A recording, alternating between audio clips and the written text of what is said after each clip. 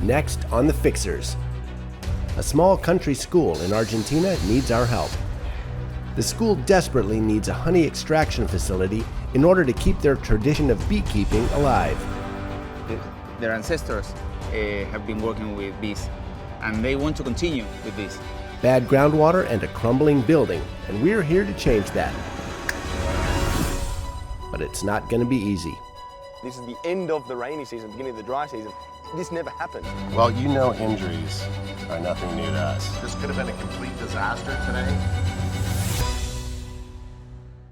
Some years ago, I was working in like commercial engineering, and finally I decided to change my life. Argentina was living a very big crisis. I saw some people feeding from the trash. So I decided in that day that I want to relate my life directly to social problems and to be part of a solution. Adan, interesting character, engineer as a background, obviously a smart guy, and had this situation where he saw in 2001 people just eating from garbage cans and off the ground, and that was an image that just shook him to the core. He saw people eating out of a dumpster and put it in the back of his head almost as a seed that he planted that one day he's going to come back. He was smart enough to know, hey, I don't have the ability, or I'm not educated, I don't have what I need to be able to do that. So he went through school, he got educated, he went through engineering school, then got a job, okay, started making some money, and then what did he do? He quit his job to go back to exactly what he thought 10 years prior. Good to see you guys. Andy, how are you? Very good to see you. How's it going in Alaska? It's amazing, man. Goodness gracious. 350 people a year visiting. Just so many things we're developing and building on what you guys were able to gift us with. I'm a follower. I'm a huge fan of the Fixers. I'm a fan of the show, fan of the mission and the purpose behind it. So I'm always watching what's going on, and I got wind that there's kind of a problem, and I had an opportunity to pay back a little bit. You know, they did such wonderful things for Alaska's Healing Hearts and our veteran mission.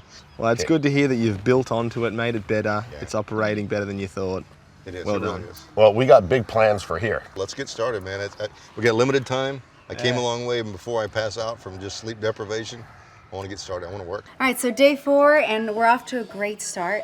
It is Sunday, so it is the holy rest day of the week. However, I am going to have the opportunity to go with Paulo to a holy site, which is world famous around Catholic faith community, called San Maylin. I'm beyond excited. I barely could sleep last night. So I'm gonna step away for a couple of hours. However, I gotta make sure that the guys are doing well and the build is ongoing in a good place. But I'm not worried because the students here are amazing. We're already mobilizing the troops with the sign, and we're also building some of the furniture and assembling some of the furniture that I was able to source in town yesterday. So I'm not worried about stepping away. I know that things are gonna keep moving. This small town is one of the most famous pilgrimage sites in the world. 40 days after Easter, thousands of pilgrims trek here to worship.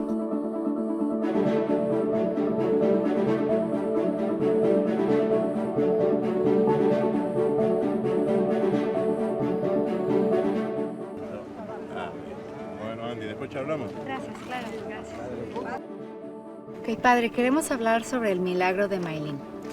¿Me puedes contar un poquito sobre la historia, por favor, de cómo empezó todo en la antigüedad? En un algarrobo grande que tenía un cuenco es un hueco, ¿no?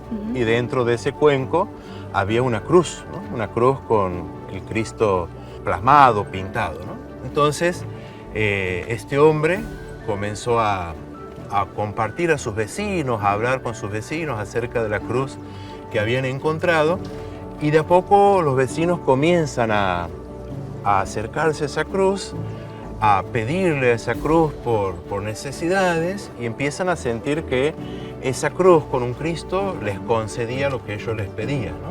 Entonces, a partir de ahí comenzó a llamarse el Señor de los Milagros. Paulo has been making this pilgrimage every year since he was a young boy. So this place is known for the Saint of Miracles, essentially the translation. So I asked him if he had experienced a miracle from his pilgrimages every year. And he said, you know, I think we all experience miracles every day if we pay attention. Creo que el milagro es esto, ¿no? El andar, el estar, el servir al otro, el despojarnos de comodidades personales para poder brindarnos a los otros.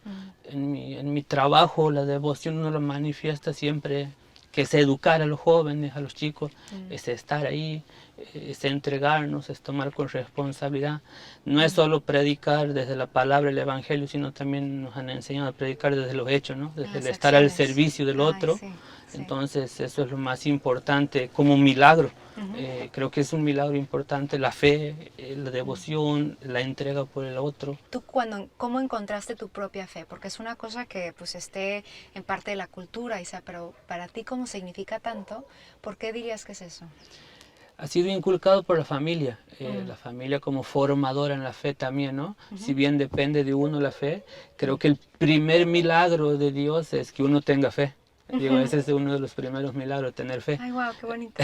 Entonces, en base a eso, tengo fotografías en blanco y negro, imagínate, estamos en Argentina, sobre todo aquí.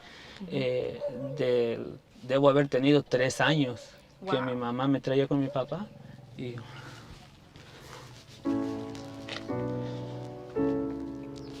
con el tiempo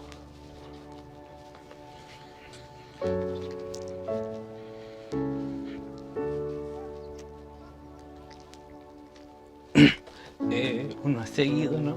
Con todo esto, inculcándole a nuestros hijos y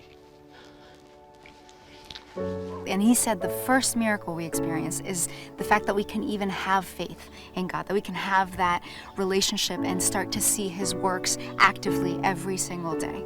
Y nada, ¿qué son? Son cuestiones que uno por ahí no encuentra palabras como para explicar, y sobre todo uno lo hace con devoción, con la fe. Siempre trata de enmarcarse en lo que son los lineamientos cristianos para actuar, en el servicio por el otro y todo lo demás. Así que creo que ha sido inculcado por mi familia y es uno de los tesoros más puros que uno tiene como persona.